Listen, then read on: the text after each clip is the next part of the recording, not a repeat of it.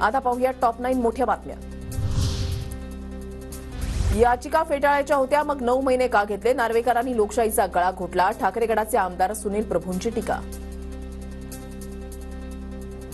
जर आपल्याला या सगळ्या याचिका खारिज करायच्या होत्या तर 9 महिने का घेतलेत?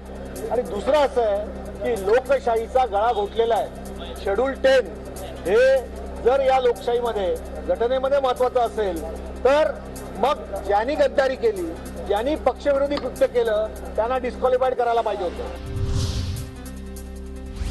सर्व निर्णय घटनेच्या चौकटीत घेतले जातात। उद्धव ठाकरे आणि संजय राऊतांनी बिन पैशाचा तमाशा थांबवावा। भाजपा प्रवक्ते केशव उपाध्ये यांचा ट्विट करत निशाणा। उबाटाच्या आमदारांनी आता एकनाथ शिंदेंचं नेतृत्व मान्य करावं। आमदार नितेश राणेंचा ठाकरे गटाला खोचक सल्ला। ठाकरे आणि उर्वरित आमदारांचे पक्षप्रमुख झाले, त्यांचे मुख्य नेते झाले, मग आता त्यांनी बजावलेला व्हीप ह्यांना मान्य करायलाच लागेल। एकनाथ शिंदेंनी केलेल्या बंडाचा विजय। आमदार बच्चू कडूंची प्रतिक्रिया।